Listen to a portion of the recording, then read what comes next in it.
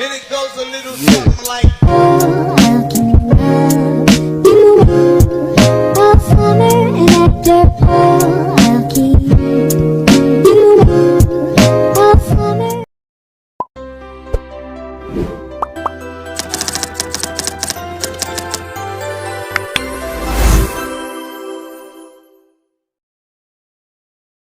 What is political change? Political change occurs when there is an alteration in the way power and authority are exercised in a particular state. This also entails a shift in the relationship between those who govern and those who are governed. A change in the system of government is one of the more extreme types of political change, normally brought about by historical events involving conflict. We have a two primarily form of revolution. A first one is a political revolution results in a placement or transformation of the government without altering other aspects of society and maintaining the relationship between socioeconomic classes. The second is a real social revolution results in the large-scale transformation of social structure, organizations, and institutions such as the government bringing about great changes in socioeconomic relations. Example of political revolution is the first people in 1986 that toppled the Marcos dictatorship and re-established democratic in the Philippines. Several social revolutions have occurred throughout the course of human history. The revolution in France between 1789 and 1799 was a major upheaval in French society that abolished the monarchy and stripped the nobility of their privileges. Hi, I'm Jessamay Pizaril and I'm here to report for Chapter 10, Group 10. Group 10 ba siguro? Perspective on political change. Political change does not occur in a vacuum. Rather, it is the consequence of the various economic and social process and circumstances. Because of this wide array of processes and circumstances, the difficult perspective on the roots, nature of political change emerged, in particular the ideas of Karl Marx. Ideas of Karl Marx, 1818 and 1883. Emily Durkheim, 1898, 1898 and to 1917, and Max Weber, 1864 to 1920, involved major perspectives. Regarding political and social change, they focus primarily on the rate of change in 19th century European society and were particular interest in modernization, which is the oh my god modernization, okay, and the engine of political change. Modernization is defined by Samuel Huntington a as a multifaceted process involving changes in all areas of human thought and activity. Modernization permeates culture, economics, politics, individuals' beliefs, and all other aspects of society. A modern society has a complicated network of structures and organization. Its members are Citizens are also empowered to demand and agitate for changes in the government. There are growing instances of citizens being the first to report on problems regarding public service through social media. The internet is now a forum for people to air their complaints and concern regarding governments and public management.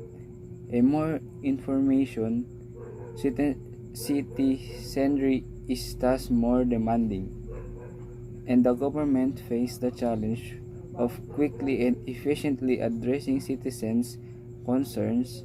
If demand for reforms go unaddressed or are insufficiently addressed by the government, citizens may be prompted to,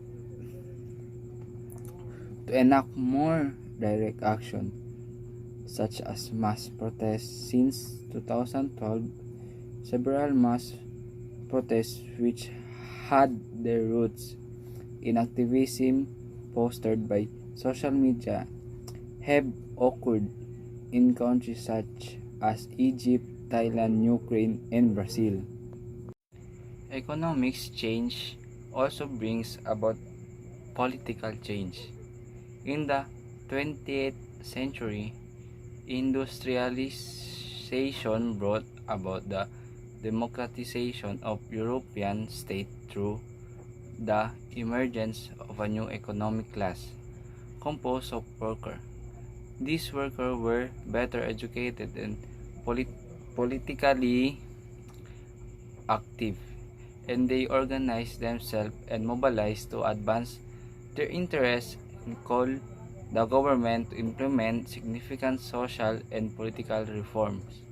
Economic development such has also contributed to political change in Asia over the past 25 years. For example, South Korea's impressive growth in the 1970s led to the emergence of a more educated middle class called the New Rich. They demand more human rights from the government and a chance to choose their leaders through democratic election. In 1987, a popular uprising toppled an authoritarian government and put in place a democratic government after more than 16 years of repressive rule.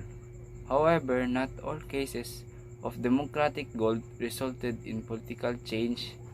It is observed that Singapore, China, and Malaysia have experienced decades of economic development but political change toward a more democratic form of documents remain exclusive.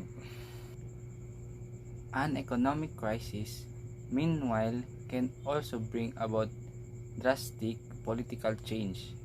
The government's mismanagement of the economy can also trigger a crisis that could result in a removal of even the most durable regimes. In 1998, Indonesia's economy experienced great hardship due to the Asian financial crisis, and its currency values hit an all-time low. The economic difficulties exposed the weakness and limitation of the government. Then, under the leadership of President Suharto, the economic crisis eventually led to his ouster after 3 decades of rule. Socio-cultural change also have the impact on the political attitude and values of individual members of society. One example are the sweeping reforms implemented by the Roman Catholic Church as a result of the Second Vatican Council or Vatican II. The Church emphasized a focus of the needs of the poor and a genuine concern for human rights.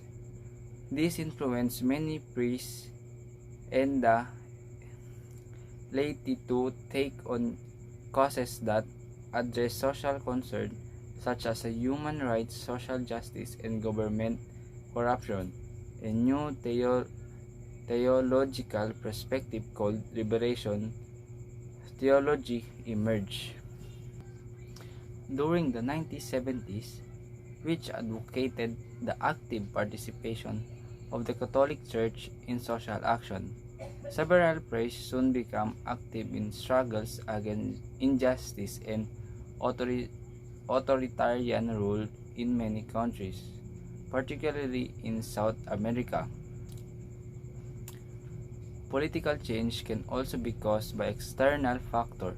Globalization is one such phenomenon whose influence go beyond territorial borders and give rise to widespread change that affects economies, societies, and state. Globalization generally refers to the increased interconnectivity between individuals, groups, and other agents in the international system. Globalization is seen in far-reaching developed worldwide such as enhanced communication brought about by information technology, the integration of financial and capital market, increased migration, and the speed of ideals such as freedom, democracy, and respect for human rights.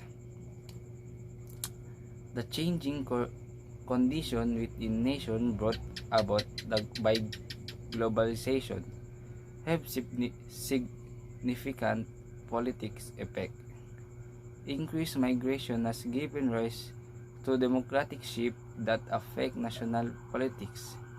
The changing population of a country often give rise to a new electorate who advocate new issues and concerns and whose political activities affect the government. Globalization has also risen to the spread of post-material value that emphasize self-expression and choice rather conformity. The spread of this value has led citizens to increasingly call on their government to address various social concerns such as protection of the environment, upholding the right of minorities, and the elimination of all forms of discrimination. Globalization has likewise given rise to certain social contradiction and tension, as some citizens in certain countries have resisted this change.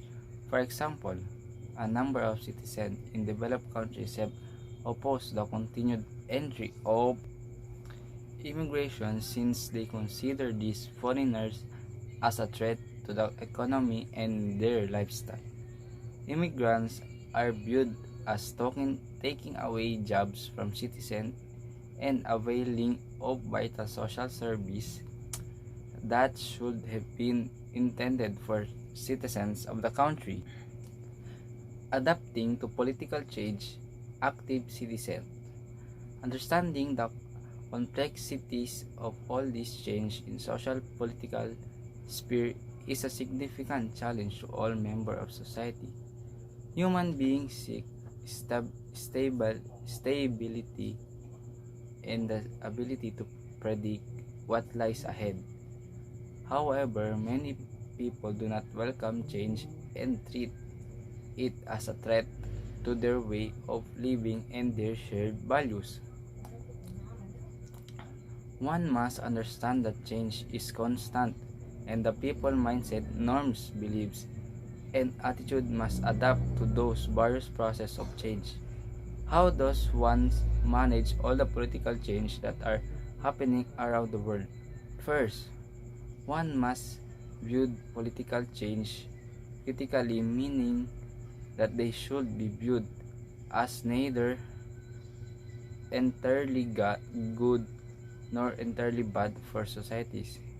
An individual should embrace change that will be benefit to himself or herself individually and as a member of society. Second, change often required a shift in orientation and mindset. People must not be afraid to burden their loyalties from their families and clans to larger group in the community to being citizen of one's country and as a member of humanity. Adapting the change also requires individuals not to be afraid to learn and acquire new knowledge. As information becomes readily available, they need to open themselves to learning more about the world around them. The increased interconnectivity between individuals mean that they are no longer strangers to the one another. The problems of one society are often problems shared by all humanities and required a collective response. This is clear in issues like climate change, the plight of refugees and internally displaced peoples, pandemic, and natural disasters. Finally, political change means that people must adopt a new set of values that appreciate diversity among individuals. Societies are becoming complex, and this requires a great deal of tolerance and acceptance. Individuals are more empowered to express themselves in different ways. Political attitudes and behavior should be open and tolerant of difference themselves. Review of our topic. Political change occurs when there is an alteration in the way power and authority are exercised in a state. A revolution is defined as a rapid and basic transformation of a society's state and class structures that is accompanied and in part carried through by class-based revolts from below. A cap de eight is a foreseeable removal of the ruling government from power that is instigated by a faction with the establishment regime, usually by the military. Modernization is a multifaceted process involving change in all areas of human thought and activity. Globalization is the increasing interconnectivity between individuals, groups, and others actors in the international system. It can result in the spread of post-material values in some societies that put emphasis on self-expression rather than conformity. And that's the topic all about of chapter 10, Source of Political Change.